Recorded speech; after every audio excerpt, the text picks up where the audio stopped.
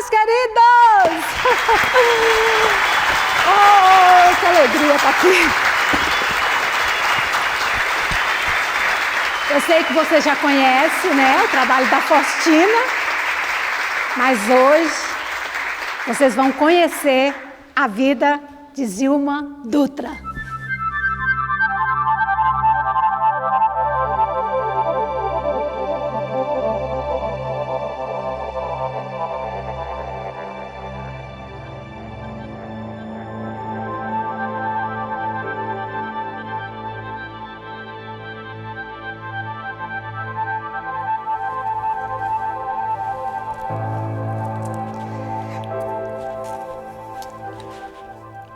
Quando eu vim para essa cidade, eu tinha 11 anos.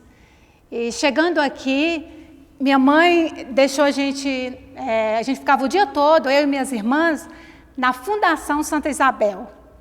Então, tinha um grupo que fazia várias apresentações e tinha uma gargalhada da bruxa, né? E eu tinha um sonho de participar do grupo, mas eles nunca colocavam. E eu, como era uma criança, 11 anos, né, eu não tinha coragem de perguntar. E eu fui idealizando essa bruxa, eu quero fazer um dia essa bruxa. E eu não tinha nem televisão em casa, eu não sabia nem que quem fazia teatro levava o nome de atriz, né, ator e tal.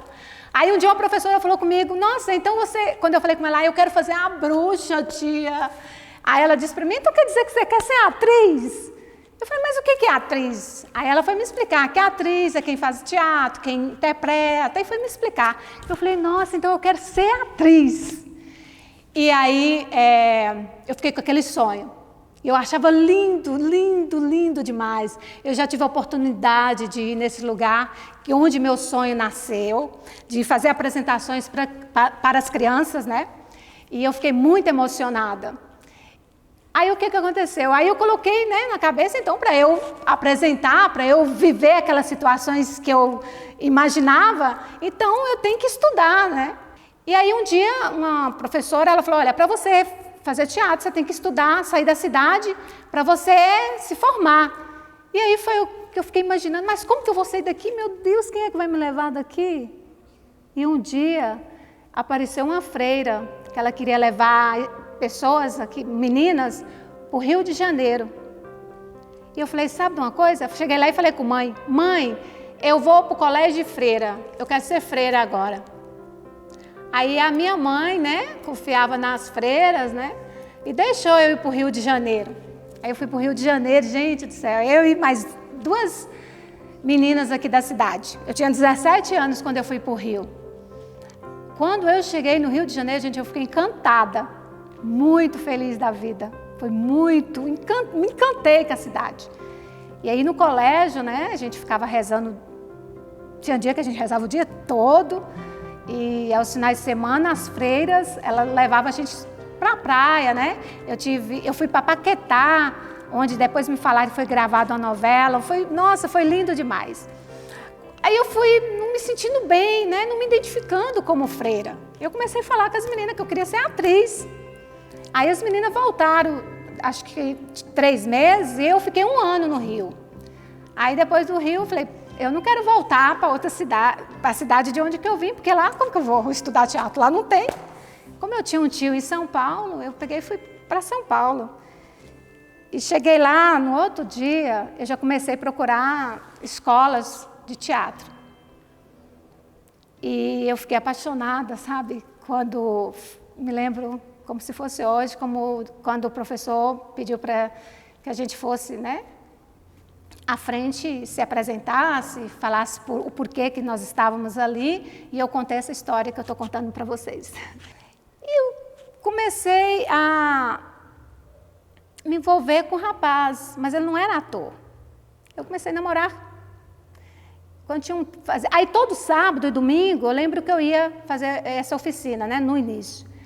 Aí ele começou, eu namorei, acho que estava uns 7 meses, 6 meses, não me lembro. Ele me chamou para conversar e falou comigo, eu gostaria que você me respondesse e falasse a verdade. você tem que fazer uma escolha hoje. Eu quero que você seja verdadeira e que não me enrole. Eu falei, o que é? Eu quero que você escolha o teatro ou eu. Porque eu não quero casar com a pessoa que, quando der final de semana, está indo para teatro, o diretor ligando, beijando, abraçando. Eu vi lá um dia do ensaio seu, eu não gostei, então você escolha. Eu não pensei 2 vezes, eu falei, o teatro. Ele falou, então beleza. Aí terminamos. E aí, teve um dia, eu me lembro que uma colega, que era até da turma de teatro, ela me ligou e falou, Zilma, que tal a gente dançar um pouco? Aí nós fomos, né, saímos. Chegando lá, eu conheci um rapaz muito bonito, eu fiquei encantada. E ele falou, nossa, você está sozinha? Eu peguei e contei toda a história para ele. Falei, porque eu estava namorando com o rapaz, aí ele mandou escolher o teatro, ou ele, eu escolhi o teatro. Aí ele me disse, pois você vai ficar comigo e eu vou te ajudar, e você vai ser uma atriz, daqui uns dias você vai estar estourada. Lógico que eu vou te ajudar. Me comoveu, né, ouvir aquilo. Aí eu comecei a namorar esse rapaz. Namoramos um tempo, né? Aí depois casamos. Aí depois começou todo o meu sofrimento. Foi muito triste para mim, porque até hoje eu pergunto, por que ele não falou a verdade para mim? Por que ele não contou toda a verdade? Porque eu tinha opção, se eu queria ele ou não, igual o outro fez comigo, não é? E depois eu tive meu filho e eu não parava o teatro.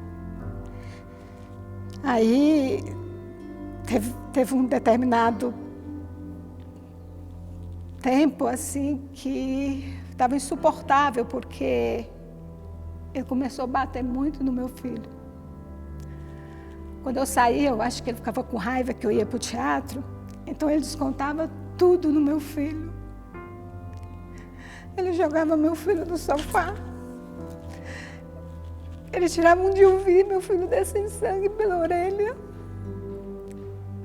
Aí depois, outra vez que eu cheguei, gente do céu, meu filho estava todo mordido, todo machucado. Tudo machucado, gente do céu. E eu comecei, como não tinha terminado lá no teatro, eu comecei a ir para o teatro, e quando eu dava horário de sair, eu pensava que quando eu for chegar quando eu for chegar lá no prédio, meu filho estava morto. Porque 2 vezes que eu cheguei, meu filho estava todo machucado. E eu comecei a desenvolver ansiedade, sabe? O ônibus não passava logo e eu, com aquela agonia, meu Deus do céu, vou chegar lá, o menino vai estar morto. E eu não aguentava mais viver aquela situação. Com todo o amor que eu tinha ao teatro. E o que me fez dar um tempo, sabe, sair fora, para eu salvar o meu filho, com toda a dor do mundo, porque eu não queria desistir, foi a pior dor do mundo, foi eu ter que deixar aquela turma, foi eu ter que deixar aquele professor que me elogiava tanto, foi ter que deixar os meus colegas, foi ter que deixar daquela médica, que a gente conversava tudo, eu desabafava tudo para ela, minha amiga, que depois eu perdi o contato. Aí eu me isolei de tudo. Eu fiquei só protegendo o meu filho e comecei a dar crise de ansiedade e sofrendo. Eu ficava perto do meu filho, para ele, que eu pus na cabeça que ele ia matar, e sofrendo horrores. Até que um dia, eu tinha acho, 23 anos, aí deu uma crise enorme, que teve que me levar para o hospital. Chegando no hospital, eles falaram que era problema cardíaco, né? Porque meu coração acelerava bastante, minha pressão estava super alta. E foi aquela luta, eu indo para o hospital o tempo todo, dando crise, é um terror. esse tal dessa doença. Que só demorou depois de 2 anos, que eu passei muito mal, eu saí às 3 horas da manhã. Eu estava num ponto de ônibus, até chegou um cara e eu passando mal, eu pedi para ele, por favor, fica aqui comigo até o ônibus passar. E ele falou comigo, nossa, a polícia pode chegar aí, porque eu tentei assaltar o estacionamento e o cara me deu um tiro. E o cara, eu lembro, eu achei que estava morrendo, eu nem observei direito, mas eu lembro que a perna dele estava cheia de sangue, ele tentando tirar a bala, né, que eu tinha ganhado, tirando, mas eu fico contigo, e só olhando, né. Aí eu fui, né, o ônibus passou, eu agradeci e cheguei no hospital. Chegou lá, né, demorou de me atender, e aí depois na troca de plantão, entrou um médico para me examinar e eu estava com muita dor de cabeça, mais uma dor de cabeça e com medo de dar pânico. Eu falei, aí quando ele me chamou, eu conversei com ele lá, né? Aí ele falou assim, eu já sei o que você tem. Aqui não é o lugar para você ficar.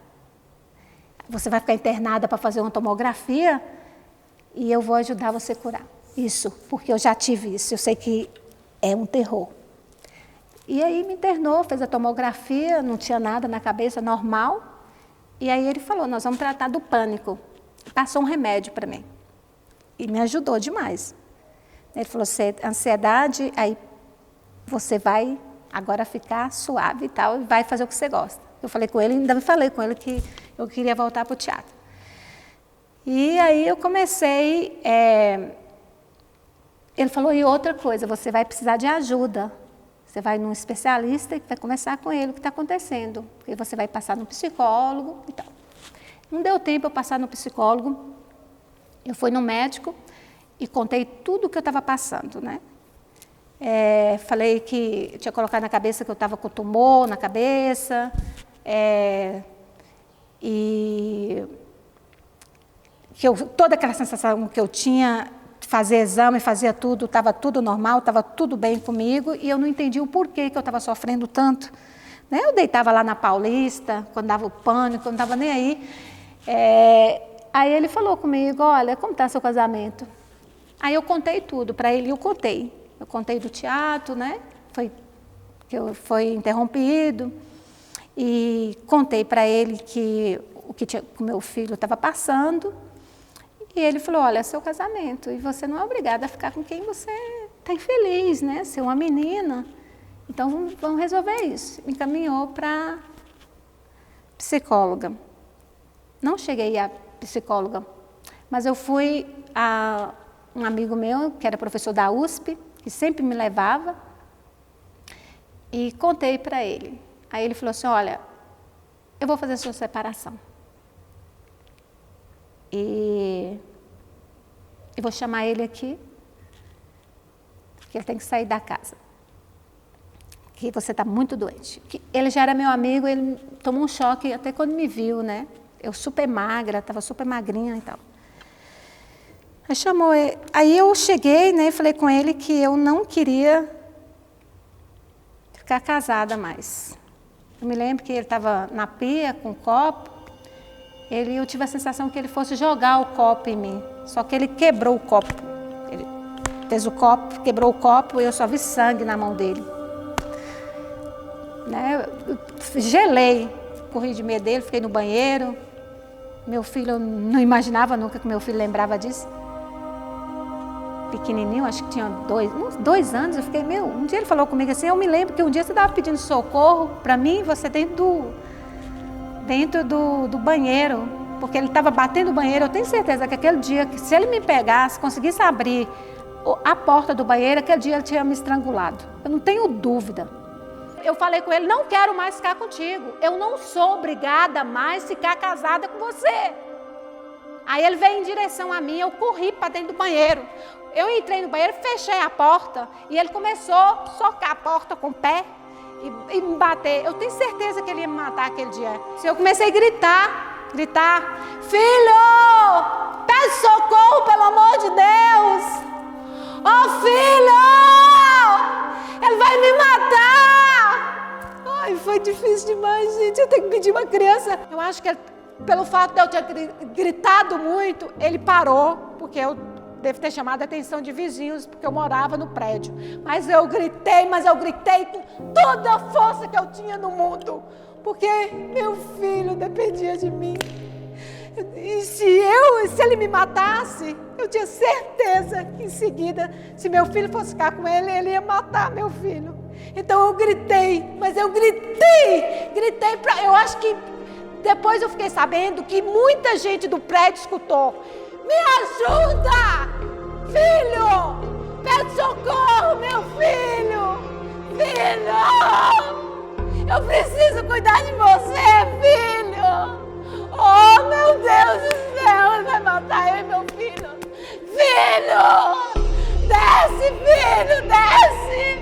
Oh, Deus! Oh, meu Deus! Eu vou ver! Oh, meu Deus! Ele vai conseguir! Ele vai conseguir quebrar a porta! Ai! Socorro! Oh, meu filho!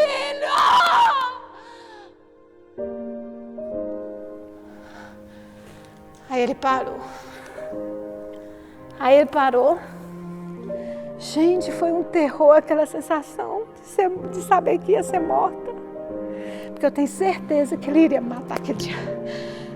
E aí, quando o advogado falou que eu tinha que fugir, eu lembrei de tudo aquilo, né? E tive que vir para essa cidade.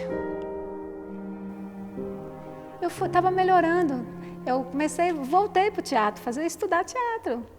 Estudei teatro, fiz laboratório, dos trabalhos que era cobrado, ganhei prêmios lá, destaque no curso, estava muito bom.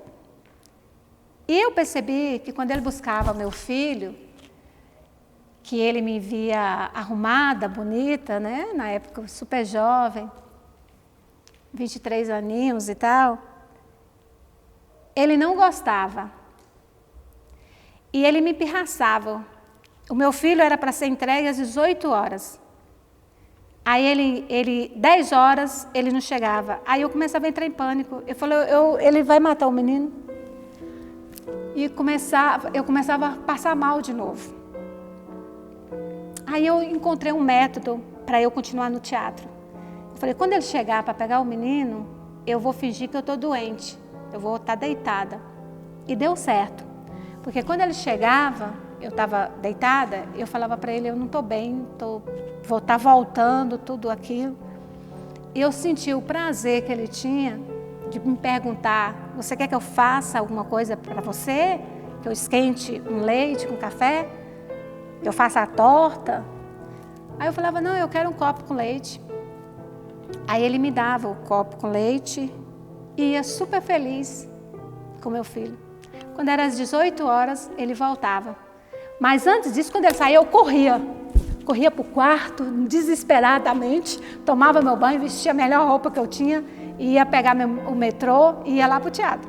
E tinha que chegar antes das 18 horas. Quando ele estava perto de chegar, eu bagunçava todinha, tirava maquiagem. Na época eu nem precisava maquiagem, né? Não usava, a gente super jovem. E deitava, ele chegava deitada, aí eu via que ele ficava super feliz que eu estava doente, deitada. E foi por um período muito longo, né? E nisso eu tinha estudado teatro pra caramba. Só que eu comecei a me interessar, sabe? Natural, jovem, né? Paquerar, eu queria ter namorado. E eu acho que ele desconfiou disso, né? Ele falou comigo que... Ele falou com a minha irmã. Se visse eu com alguém, que ele não se responsabilizava pela atitude dele. E também falou para minha vizinha, se me visse com alguém, era meu fim.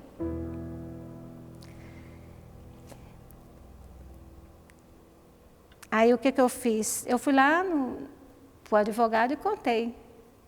Ele falou para mim assim, você tem que ir embora amanhã. A gente não paga para ver. As tragédias acontecem porque a gente paga para ver. Você tem que ir embora, ficar perto da sua família.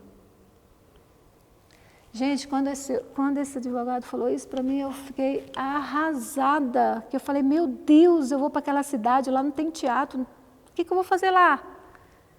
Voltei lá e falei, meu Deus, eu não posso ir lá. E aí veio o arrependimento, sabe? Veio, porque eu tinha ganhado uma bolsa onde eu estudava. Eu era uma, né, minhas notas super altas. Quem tinha as notas boas, como eu tinha uma bolsa, aí eles davam a bolsa quando você terminava. Eu ganhei a bolsa de advocacia para estudar no São Lucas. Falei, eu quero fazer advocacia nada, eu quero fazer teatro, advocacia. Aí eu fui lá falar com o doutor Henrique, eu sou atriz, né? Eu já fazia trabalhos como atriz, já animava festa infantil, já fazia teatro. Já tinha realizado meu sonho também de fazer a bruxa. Foi um destaque, eu animando as festas e fazendo a bruxa, já tinha realizado. Mas eu me senti bem com aquilo e queria continuar, né? E aí eu fui conversar com o doutor Henrique, falei, doutor Henrique, e fui esse questionamento, por que eu não fiz advocacia, por que eu não fui para os Estados Unidos? E aí ele me falou o seguinte, olha, privilegiado nessa vida não é cargos, assim, igual você está falando, chegar lá advogada, ir para os Estados Unidos e depois, como você falou, casar com um americano, ter uma vida né, bem material. Privilegiado nesta vida é quem tem alma boa, e você tem. Eu não entendi. Alma boa, como assim? E outra coisa, sua irmã está aqui, São Paulo está aqui, depois você volta. Só por um tempo, deixa ele casar, quando ele tiver com a vida feita e tal, você só não pode ficar aqui. Aí tá. Aí eu paguei tudo, né, trabalhando já como atriz, deixei tudo. Meus móveis eu dei tudo. Eu lembro que minha madrinha, né, ela tinha deixado um relógio, era super caro, não deu tempo de vender, acabei deixando, porque ele falou que eu tinha que ir embora, que vir embora urgente e tal. E aí eu fui fugida de São Paulo para essa cidade. Quando eu cheguei aqui, eu fiquei sofrendo 2 meses. Aí eu fui em São Paulo fazer uma visita para minha irmã, que mora lá até hoje, e conversar com os diretores, principalmente com um. Ele já morreu. Eu cheguei lá, conversei com ele. Falei, Antunes, eu quero que você fale de mim para um diretor de televisão, porque eu quero fazer novela. Nunca sonhei, eu sei que você é contra a televisão, né? Ator de televisão, mas eu preciso fazer, porque lá, eu cheguei lá invisível. Lá não tem teatro, Antunes. Você volta. Aqui está conglomerado de artistas. Você sabe quantas escolas tem em São Paulo? Quantas vezes, todos os anos, quantos profissionais ele joga no mercado? Volta com o seu lugar lá. Lá que precisa de você. Como? Você está doido? O pessoal lá me chamou louca. Eu fiz um trabalho lá, um dia, achou eu louca. Uai! Ele falou para mim, mostra o teatro que você estudou. Cumpra a sua missão, garota. Você está querendo o quê? Ser famosa? O que é? Porque o que eu vi em você foi a paixão por teatro. Beleza, Antunes, eu vou embora. Aí eu voltei para cá com outra visão. Aí eu bati escola particular, olha, eu quero fazer teatro, ninguém abriu uma porta para mim. Não. Falava que ia pensar e nunca resolveu. E aí eu lembrei de uma coisa que um professor um dia falou comigo. A plateia, gente, a formação de plateia está nas escolas. Quem está vindo no mundo agora, né? Porque os adultos já estão formados, né? Então vamos formar plateia, vamos para as escolas. E como eu fiz muito trabalho, né, lá em São Paulo, de escolas, eu falei, então eu vou trabalhar em escolas. Só que eu cheguei nas escolas, as escolas não me aceitaram como artista. Você vinha fazer um trabalho, eu já era acostumada lá em São Paulo, qual é o seu cachê? Aqui não falava nada, às vezes nem muito obrigada. Aí eu falei, eu tenho que fazer alguma coisa para eu levar o teatro. Aí eu tive uma ideia um dia. O que eu faço para chegar até aqueles adolescentes? Né? Formar a plateia, os diretores tanto falavam. Aí eu fiz o curso de História. E aí eu fui trabalhar como professora. Para minha surpresa, eu fui aceita como artista pelos estudantes, e aí eu fui me envolvendo, né? Aquele tempo que o advogado falou para eu voltar, eu fui deixando passar, porque eu me sentia bem na escola. A aula minha era diferenciada, né? Os meninos riam muito, e eu falava também do teatro para eles. Chamavam ele de amadinho, né? Nunca falava da minha vida, e eles não sabiam nada que eu estava passando. Isso me ajudou demais. Tenho gratidão para os estudantes dessa cidade. Oi, amore! Não sei como mais. Que é, meus amores? Meu Deus, que lindo! Meu bebê lindo! Meu Deus, tá lindo, maravilhoso! Gente! Oi, Billy! Uma coisa fofa! Eles estão desesperados, que eles não têm costume de ver gente, sabe? As pessoas não vêm aqui, não. Eu fico com eles, sabe? Só cuido deles. E eles estão acostumados comigo e meu filho, porque a casa vocês me detonaram, né, gente? Eu não tive escolha, né? Eu sofria vendo eles lá fora, na chuva, ou eu colocava aqui dentro. Então, para eu não sofrer, eu coloquei aqui dentro. E seja o que Deus quiser. É difícil? Não é fácil. Isso aqui, as pessoas desistem no caminho. Mas eu vou até o fim da minha vida cuidando, né? Vou no meu limite e tal. Estou feliz agora que o poder público já está cuidando de rua, né? Logo eles vão começar a castrar.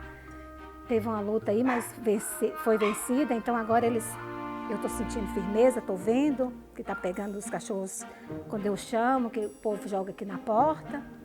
Né? Esses aqui eles jogaram na porta pequenininho, eu peguei.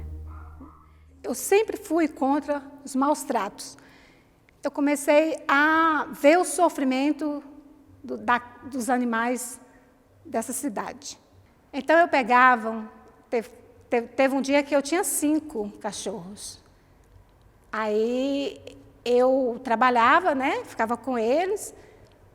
E eu tinha, às vezes, eu tinha aqui em São Paulo, eu tinha essa necessidade, porque eu tinha um grupo lá, Toca do Calango, que eu fazia parte. Eu lembro quando eu chegava, eles estavam lá, né? E ficava super feliz, eu contava as histórias aqui, eles morriam de rir.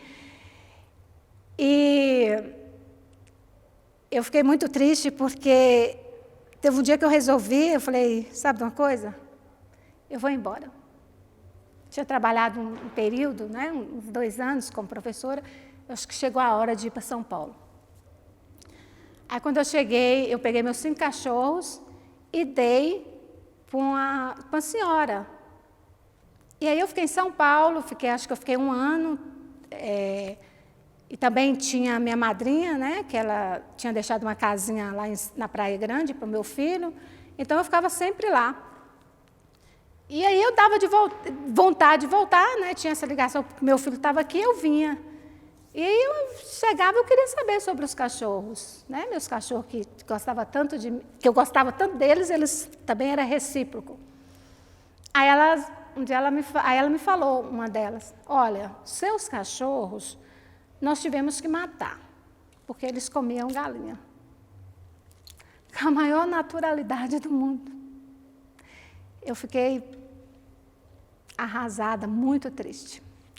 E aí eu comecei a prestar atenção, né, nos animais. Eu vi o quanto que eles... Aí eu preciso sentar aqui, eu nem gosto de lembrar o que passei.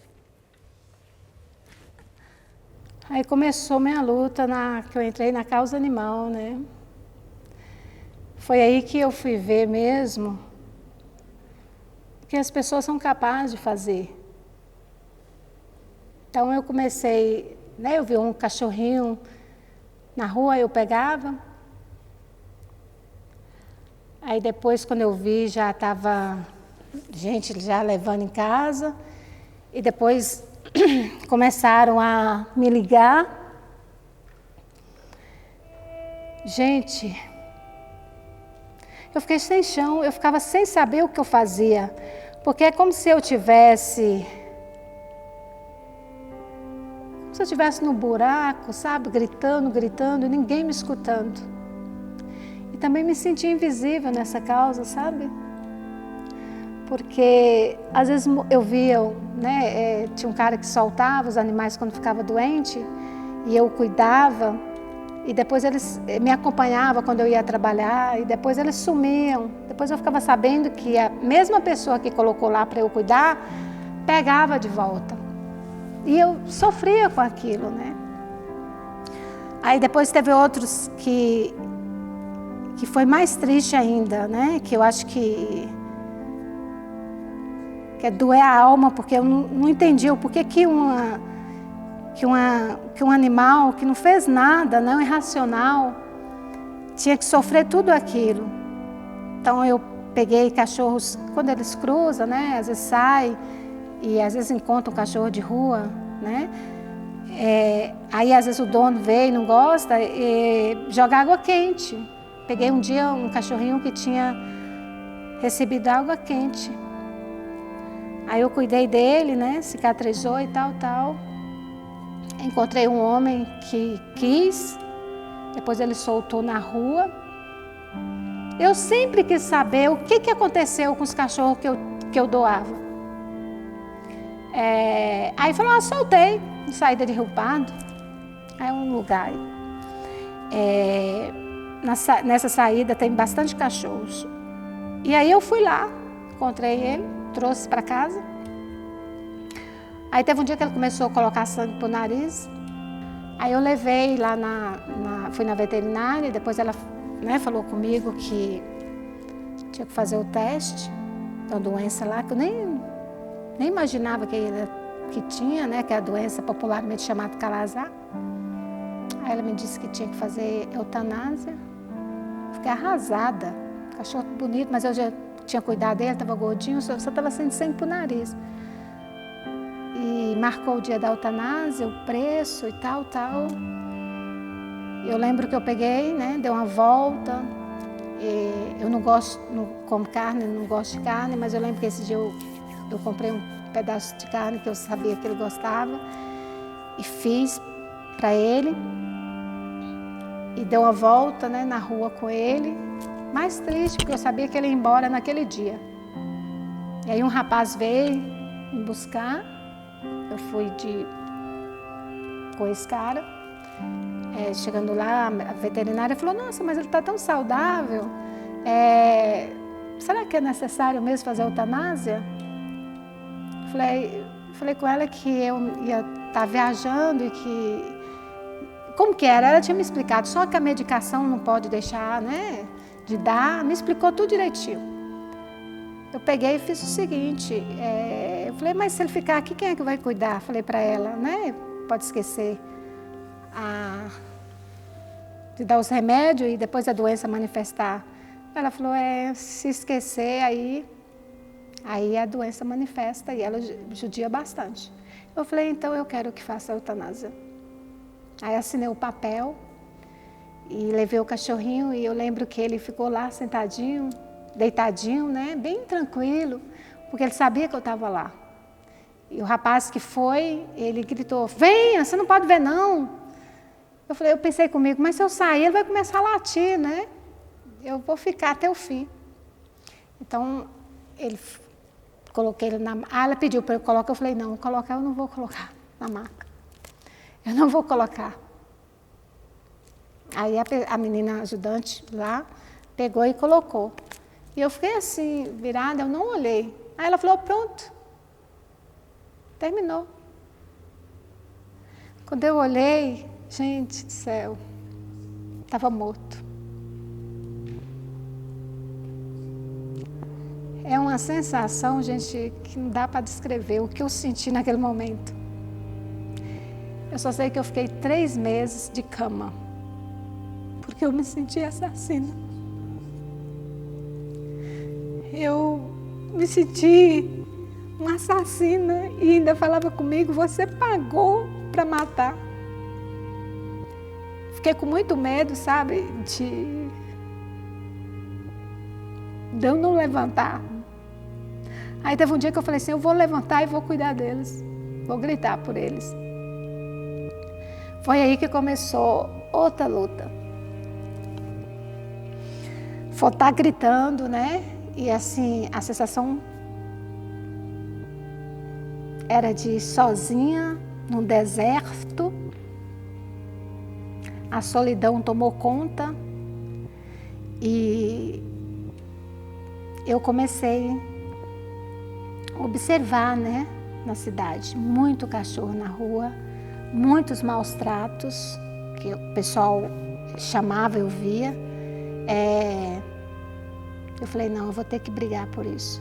E trabalhando como professora e indo feliz, mas estava um maior sofrimento.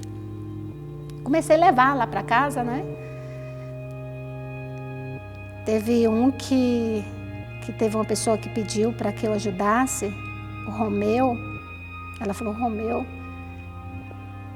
Aí eu levei o Romeu com a colega para um lugar, né? Do meu pai. Esse cachorro, gente, eu nunca vi o tamanha judiação o que ele passou. Eu fiz uma casinha de madeira para ele. Eu lembro que era o mês de junho, estava muito frio esse mês, né? Nós estamos em junho. Muito frio, frio demais. Eu sei que o pelo dele caiu todo. Quando eu chegava, ele queria sair para a rua. Um dia ele conseguiu sair, eu consegui peguei ele de volta. E levei, ele começou a cair o pelo. Eu falei, tem algo estranho com o Romeu. Aí, mandei fazer o teste, né? Deu positivo. Aí eu falei, eu já tinha, porque tinha feito eutanásia em outros, que eu pedi ajuda para a ONG que tem nessa cidade. Aí elas levavam, né? Mas eu não sofria, porque eu falava, ó, deu positivo, colocava no zap o chorinho e eu não sentia, porque eu não vi e tal. E com o Romeu eu sofri demais. Eu pedi até para a veterinária para que... cheguei lá e falei com ela o seguinte, eu quero que ele morra naturalmente. Eu quero toda a medicação e vou deixar ele morrer naturalmente. Eu não quero pagar para ele morrer. Aí ela falou, olha, a medicação é essa. Passou toda a medicação que ele tinha que tomar, a coleirinha, comprei tudo. Aí, mas mesmo assim eu não vi melhoras nele. Mas ele ficou tipo mais um mês sofrendo. Aí chegou um dia, eu cheguei lá, ele gostava muito de tomar água, e ele gostava, quando eu chegava, ele queria correr. E eu percebi que esse dia eu deixei o portão aberto, ele ficou parado lá. E a água que ele gostava tanto de tomar, eu observei, a água estava da mesma quantidade. Aí eu peguei a água, fui até o cachorrinho, né? Cheguei perto dele. Quando eu cheguei perto dele, eu percebi que ele estava morrendo de sede, ele não aguentava tomar água. Aí eu lembro que eu peguei um pouquinho d'água, coloquei assim na boquinha dele. E lembrei de uma eu liguei para uma... eu deixei um recado, isso vai me marcar pro resto da vida, porque essa pessoa me ajudou muito nesse dia. Sabe quando você não tem para quem pedir socorro, porque ninguém te escuta, ninguém está nem aí para ti. Aí eu tive essa ideia, eu peguei e deixei uma mensagem no Facebook, contando essa história. Eu lembro que a mensagem, parece que eu coloquei o seguinte: eu só tenho a Mãe Natureza e tem a senhora que possa me ajudar nesse momento tão difícil da minha vida. Depois ela me perguntou o que era. Depois eu falei para ela que eu estava sofrendo muito porque eu tinha que fazer uma eutanásia, porque uma vez que eu fiz, eu tinha que ficar 3 meses na cama sofrendo. Aí ela pegou e falou comigo assim, às vezes a gente tem que pensar no animal. Eu estava sendo egoísta. Por que eu queria manter aquele animal vivo se ele estava sofrendo tanto? Aí foi o que que me levou a levar para fazer eutanásia. E vieram os caras, né? Eu lembro que os caras, eu passei muito mal quando os caras, eu lembro que o cara pegou assim, eu falei, né? Eu queria que pegasse ele com carinho, né? Ele estava indo morrer. Eu entrei em pânico, eu desesperei lá na hora. Um dos caras foi solidário comigo. E não, fica bem, a gente vai cuidar dele direitinho e tal. E eu fiquei em pranto lá, e ele ia na frente com o outro que estava dirigindo, e ele falou, não, eu vou atrás com ele. E levou o Romeu. E eu fiquei um tempão sem ir lá na veterinária para saber, né? Sofri, fiquei umas 2 semanas sofrendo horrores. Aí, um dia que eu tive a oportunidade de conversar com ela, eu perguntei como que foi. Aí ela me falou, foi tranquilo, tranquilo. Ele chegou aqui, está em paz. Aí eu fiquei aliviada, né? Aí eu falei, aí começou, né? As pessoas conseguiam meu zap e mandavam os cachorros no maior sofrimento. Teve um que foi, no momento eu não sabia, ele foi jogado no bueiro com câncer terminal. E estava fazendo um sol de rachar. E nisso eu já estava com tanto lá em casa. E o pessoal ligava, né? Inclusive estudantes. Ligava ou deixava mensagem no zap e mandava o endereço e tal. Quando eu cheguei lá, que eu acho que foi depois do Romeu, essa dor que eu senti, que eu tinha também a dor, eu tinha que guardar só para mim. Porque um dia eu fui falar com a pessoa que eu tinha perdido um cachorro, que eu estava sofrendo muito. Aí a pessoa virou, você está sofrendo por causa de cachorro? Aí eu percebi que esse sofrimento, né, que eu tinha pelos maus tratos e da maneira que os cachorros morriam sem cuidados, não podia falar também para as pessoas, porque é doente, né? Além dos trabalhos teatrais que eu fiz em rua, né? E o meu jeito de chamar louca, eu falei, aí eu me bloqueava, né, de falar que eu estava sofrendo. Então eu ia para as escolas trabalhar com aquele sofrimento todo e chegava lá e os meninos, né, com aquela alegria quando eu aparecia na porta, me desligava. E eu usava o teatro para isso, teatralizava mesmo. Tanto é que hoje, quando eu encontro os meus ex-alunos, eles morrem de rir. Ai, mas como eu gostava das tuas aulas, como eu lembrei de você na faculdade, tinha professores parecidos contigo. Porque às vezes eu subia na cadeira, entendeu? Para chamar atenção. Às vezes no recreio, né? Quando, não o ensino médio e a EJA, mas do 6º ao 9º ano, eles vinham todos com aquela energia toda. E você, para pedir silêncio, que você tinha 50 minutos para dar aula, né? Eu, para dar aula. Eu lembro, estou falando dessa turma que lembra, que eu fiz isso. Um dia eu encontrei com 2, já são profissionais. Aí ela lembrou, eu nem lembrava. Ela falou, você lembra no dia que você bateu no chão? Então eu lembro que eu usava a técnica, né? Porque teatro tem vários métodos para a gente atuar. Eu gosto muito do Stanislavski, né? De você vivenciar, né? Se colocar, se fosse eu nessa situação. Mas só que tem vezes que não funciona. Tem vezes que não vem emoção, então você tem que conhecer todos os métodos para na hora você usar todos. E eu levava para a sala. Aí eu chamava, batia aqui o silêncio, ninguém, todo mundo. Aí na mesa, nada. Aí quando eu batia no chão, aí todo mundo morria de rir, todo mundo prestava atenção. Então eles lembram dessas aulas. Gente, até hoje eu fico lembrando. Muito engraçado. Eles morriam de rir do meu jeito. Eu me sinto uma privilegiada. Eles falavam o que eles estavam passando na vida para mim. E as histórias deles muito tristes. Dificuldade, né, financeira. E eu falei, como que eu vou querer que ele desenvolva as suas capacidades intelectuais se eles não têm o básico para viver?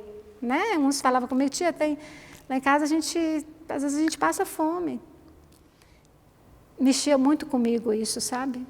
doía na alma. E outras coisas que aconteciam com eles, às vezes me contava, né? E aí eu tentava resolver, fazia, né? Sem ninguém saber, eu fazia o que tinha que fazer e resolvia. Caso de abuso, alguma coisa, eu fazia a minha parte como cidadã.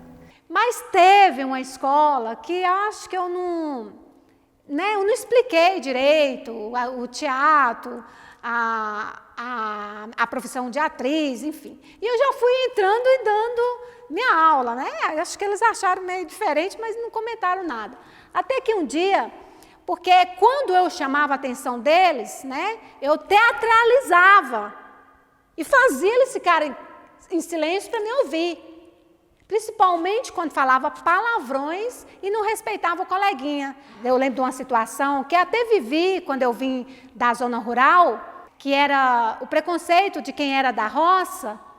E um dia, dando aula, eu percebi isso, que os meninos da zona rural sentiam isso. Aí eu falava, gente, mas se não fosse quem estava na roça plantando o feijão, o arroz, o que seria de quem morava na cidade? Pelo amor de Deus, né? Vamos raciocinar, amados. E dava essa endoidada, né? De chamar a atenção. Quando eu via bullying, né? Na minha época não tinha nem essa palavra. Aí que eu falava, poxa, agora também é oportunidade de jogar isso para fora, porque eu sentia isso na pele. Então, não falava isso para eles, mas, né? Orientava, explicava o quanto dói, que a gente leva para a vida inteira na fase adulta, e que isso machuca demais. Enfim.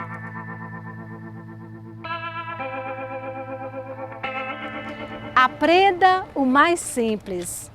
Para aqueles cuja hora chegou, nunca é tarde demais. Aprenda o ABC. Não basta, mas aprenda. Não desanime, comece. É preciso saber tudo. Você tem que assumir o comando. Aprenda, homem no asilo. Aprenda, homem na prisão. Aprenda, mulher na cozinha. Aprenda, ancião. Você tem que assumir o comando. Frequente a escola, você que não tem casa. Adquira conhecimento, você que sente frio. Você que passa fome, agarre o livro. É uma arma. Você tem que assumir o comando.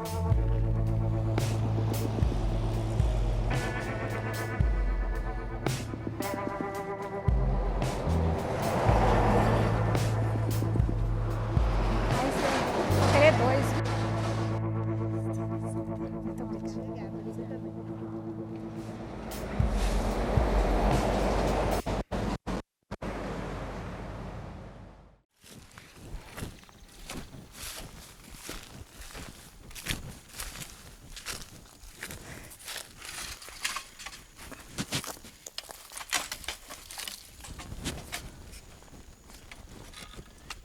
Embaixo vai ser mais fácil.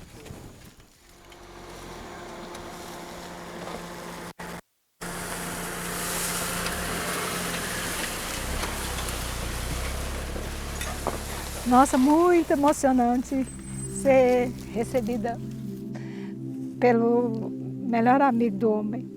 Ele sofre tanto, né? Isso aqui, fiquei felicidade porque sofre tanto, né? E depois você chegar aqui e ver um cachorrinho que está, né? Super gordinho, parece que está tudo ok, olhando assim, fico feliz.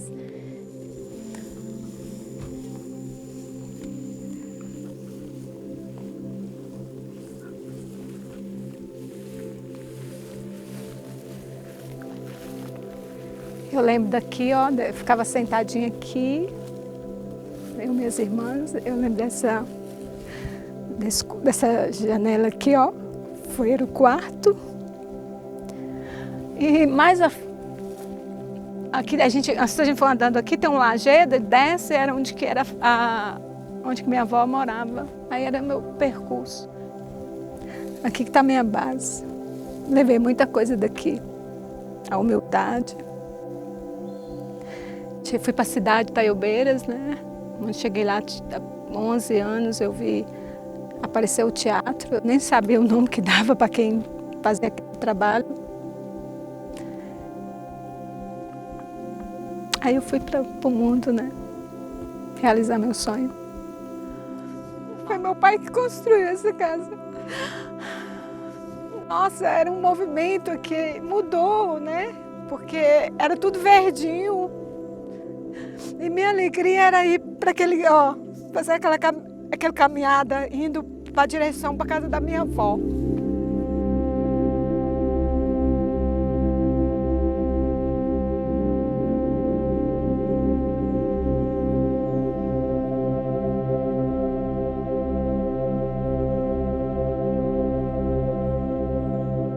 Eu não tenho dúvida que eu era feliz se eu tivesse ficado aqui. Porque eu vivo com o básico meu. Eu vivo do básico do básico. Oh, meu Deus, saudade! Saudade, se eu pudesse voltar. Não teria ido nunca. Se eu pudesse voltar a ser criança, eu batia o pé e falava, para a cidade eu não quero ir embora, eu quero ficar aqui até o fim da minha vida. Mas o tempo não me dá essa oportunidade. Isso é injusto, né, tempo?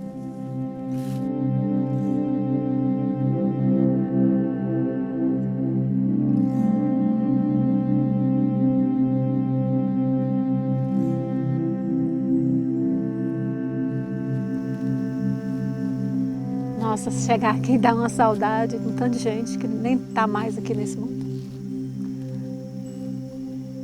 E aí fico pensando, porque existem tantas pessoas más, né? Capazes de matar. Eu que estou em contato com os animais, eu vejo tanta maldade. Joga água quente nos animais, cega os gatos porque pega passarinho. Uma dor causada por essas pessoas que, assim, muitos momentos da minha existência eu tive vergonha de fazer parte dessa espécie. E aí eu chego aqui, cadê? Faustino morreu. Se eu for ali, ó, meu avô era super rico, na época era considerado ricos quem tinha terra. Meu avô era Deli Alves. Falasse dele, nossa, a neta de Deli Alves, o ricaço de dono de terras. Olha, tá a terra aqui também, né, que ficou de herança na época para minha mãe. Meu avô foi embora. A natureza tá aqui, ó. Se for lá ver onde que minha avó estava, que chama Catuni, eu vou chegar lá, eu nem aguento ir lá, porque eu vou lembrar da minha avó. Eu vou lembrar dos meus tios. Eu vou lembrar. Foi lá que eu fui feliz também. Ai, como eu gostava de ir pra lá. Vou lembrar de Fátima. Vou lembrar de um tanto de gente que não dá mais daqui. E eu venho aqui, eu sei, eu tenho consciência que eu também um dia não vou existir. Mas esse lugar vai estar sempre aqui. Ai, meu Deus do céu, saudade. Aqui foi onde eu ouvi a primeira música, que eu me lembro foi do Roberto Carlos. Eu me lembro que a gente ia estudar, né? A gente levantava cedinho. E lembro de Santa Cruz, que a gente ia com a sandainha nova, havaiana. E a gente andando, né, com os pés no chão. Aí quando chegava perto da cidade, né, Santa Cruz, a gente lavava os pés e calçava chinelo para entrar na cidade. E tinha uma feira que era um movimentaço. Saudades, viu, gente? Saudades demais, saudades demais. Eu só tenho coisas boas daqui, só tenho coisas boas daqui. E por isso que eu sempre venho aqui quando eu posso. Mas eu fico feliz da pessoa que eu fui, né? Que eu sou. Eu fui, não, eu sou. Eu sou humana. Também agradeço o teatro, né? Se colocar sempre no lugar do outro. Eu nunca me achei melhor do que o outro. Eu sempre me coloquei no lugar do outro.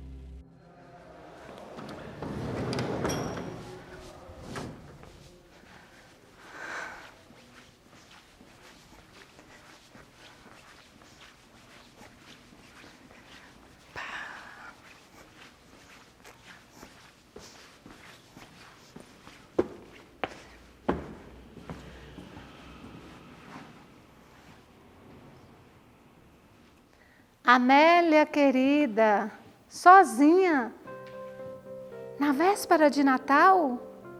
Sabe, Amélia, eu fico triste mesmo ao vê-la assim, sozinha no café e ainda por cima numa data tão especial.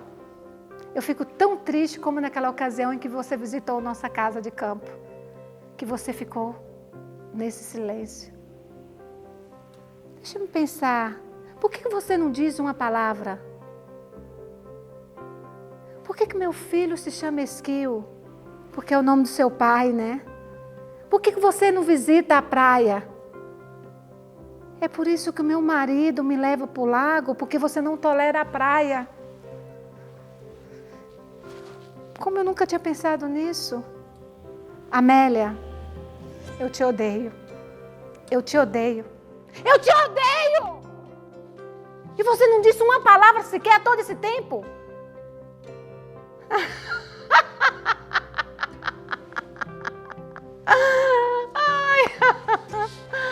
Ai, Amélia, eu só tenho que te agradecer. Porque com tudo isso você fez o meu marido me amar. É por isso que eu visto de preto, porque você gosta de preto. É por isso que eu gosto de preto, porque você gosta de preto. Nós vamos corrigir duas coisas. Colocar uma linguagem mais coloquial nesse texto, nós vamos fazer uma adaptação maior ainda, né? E você vai aproximar mais do ponto do Bob. Quer dizer, no ponto da Amélia, né? Que a Amélia está servindo de Bob hoje para nós também. Beleza? Beleza. Vamos lá. Vamos matar pau. Posição 1, posição 2. Perfeito? Caminhou de lá, parou aqui. Segundo ponto, conversa com a Amelinha aqui. Quando você desce, dá a volta, a Amelinha levanta, vai para o ponto 3, vira Bob. Beleza? Vamos lá. Tá pronta? Prontíssimo. Então vamos embora. É por isso que tenho que bordar as tulipas, porque você gosta de tulipas. E eu fiz tudo isso e por isso meu marido me ama. Obrigada, Amélia. Mais uma vez, muito obrigada. Porque agora eu vou para casa para amá-lo.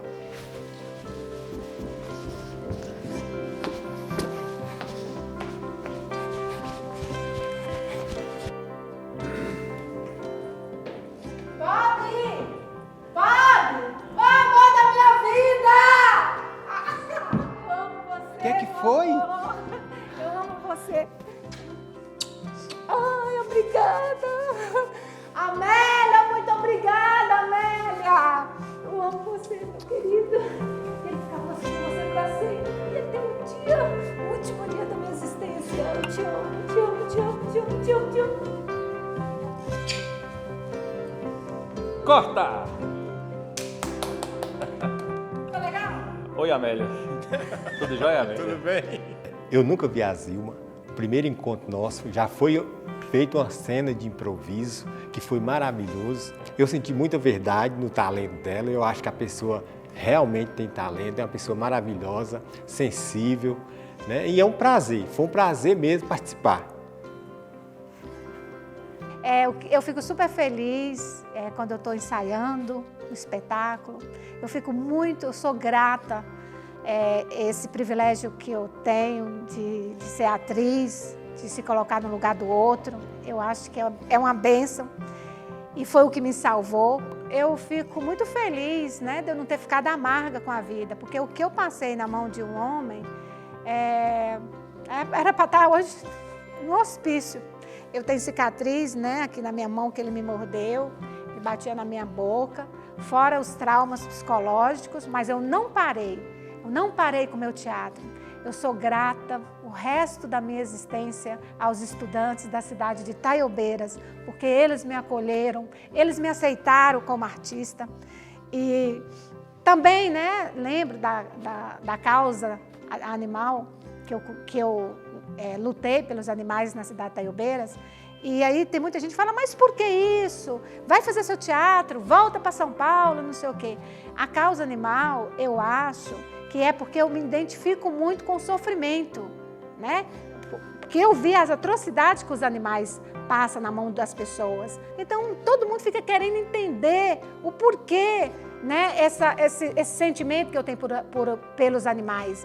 Foi por causa de tudo que eu vivenciei, eu gritando lá por socorro, silenciosa, porque na época, né, eu não gritava verbalmente, eu não pedi socorro verbalmente, eu tive que fugir por orientação de médicos. Mas pelos animais eu grito, porque eu sei o quanto é a dor dos animais, porque eu já senti na pele, né? Então, por isso que essa causa animal, que muita gente não entende, que fala que eu ultrapassei do limite, eu acho que é isso, mas eu já estou me cuidando e lá também em Itaiobeiras o poder público já está cuidando dos animais de rua, né, graças à minha luta. E aí agora é só lutar e agora quero trabalhar com o meu teatro, que foi interrompido lá em São Paulo, até o resto da minha vida. E também não vou parar de lutar pelos animais, não. Vou até o fim.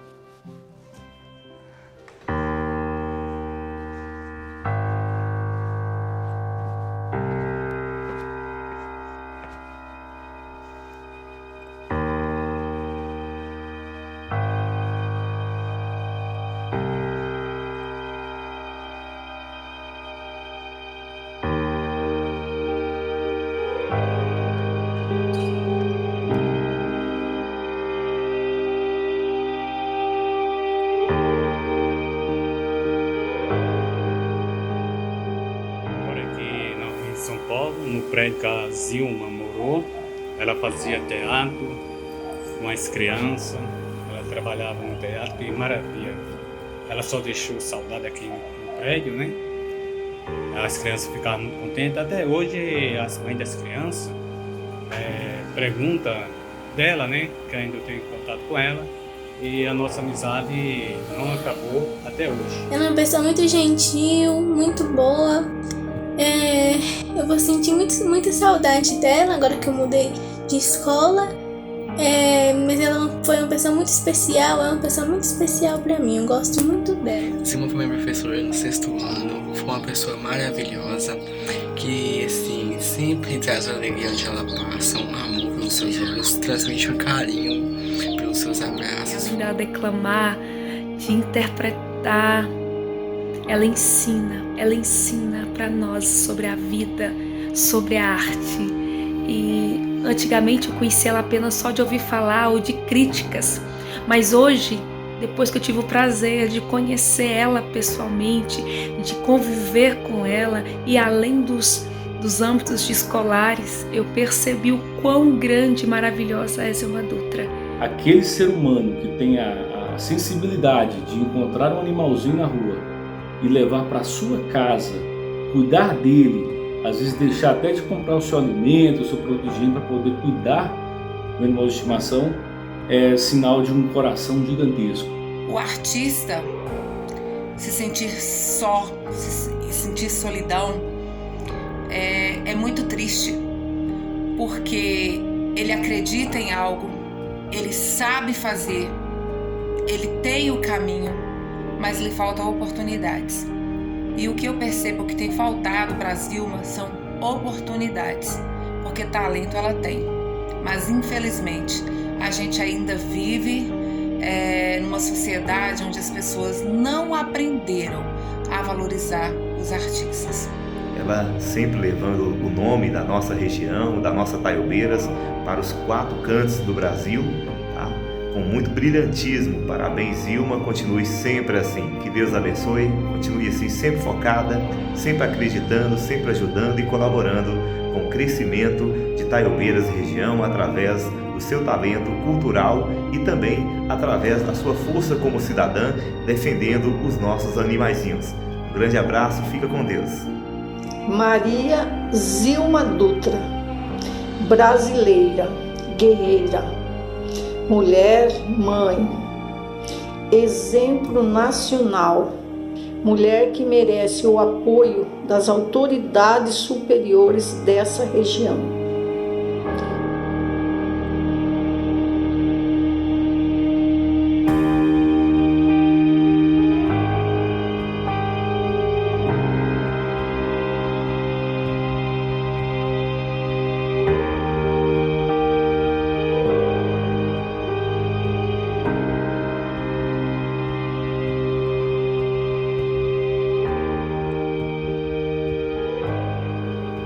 eu tô nem aí, saio na rua, tô nem. Ai, nossa. Ao vê-la pela internet, eu pude sentir que ela é uma pessoa assim muito querida, muito amável, né? Educada, gentil, amorosa. Eu já tive a oportunidade de vê-la encenando diversas vezes e cada vez que eu vejo eu fico muito mais encantado com a habilidade que ela tem de incorporar as cenas, transformar o texto em algo que realmente emociona os espectadores. É uma pessoa maravilhosa, dedicada, esforçada, uma grande atriz, uma pessoa que vem se destacando com um belíssimo trabalho, que é a luta pela causa animal, um trabalho muito bonito, que eu admiro muito. É uma pessoa acessível, muito talentosa, que busca sempre, né, olhar para o bem-estar, né, não só da sua cidade, mas de uma forma geral. Ela é uma pessoa para quem eu tiro o chapéu. Quem dera se mais pessoas pudessem ter a atitude que ela tem de ir contra tudo e contra todos e proteger os nossos animais que estão abandonados e maltratados aí. Trabalhamos juntas em uma escola da Rede Estadual de Ensino de Minas Gerais, em que presenciei muitas vezes dramatizações, a condução de muitos alunos em situações que representavam a arte, e percebi quanto amor ela tem por essa área. Eu acho ela uma pessoa muito exemplar, muito inteligente, que motiva as pessoas. Eu já fui aluna dela e ela é muito legal, ela faz teatro, ela é muito talentosa. Enfim, a Zilma é uma pessoa muito cativante, muito alto astral e ela é uma ótima pessoa. Quero aqui ressaltar que a Zilma é um ser humano incrível, uma pessoa de alma boa, uma pessoa que eu tive o privilégio de conhecer em minha escola, pessoa que sempre leva a arte onde vai, pessoa que, através de Zilma, eu pude conhecer um teatro de verdade, eu pude saber o que é um teatro de verdade, pessoa que sempre trabalhava em matéria na sala de aula com teatro. Eu lembro que você ia 4, 5 vezes por semana no teatro, em busca do seu sonho, né? E eu fico muito feliz de saber que você é uma pessoa realizada e que você voa em voos muito mais altos do que você já está voando. Faz muito tempo que eu conheço ela é batalhadora, ela está na causa animal já faz muito tempo, só que ela, onde ela mora, ela não tem ajuda. É muito difícil, eu sei o que ela passa, porque eu também cuido de alguns aqui em casa. E quando a gente ia conhecer as praias, né, os pontos turísticos do Rio de Janeiro, né, quando as freiras nos levavam, você ia toda feliz. E sempre dizia, nossa, será que eu vou ver alguém da Rede Globo? Será que eu vou ver alguma atriz, algum ator? Toda feliz. Você é considerada por todos nós já uma grande guerreira, uma mulher de luta, com bravura e com vontade de realizar sonhos que sempre tem buscado pela cultura, em prol da nossa cultura, das nossas questões sociais e por tudo aquilo que você acredita.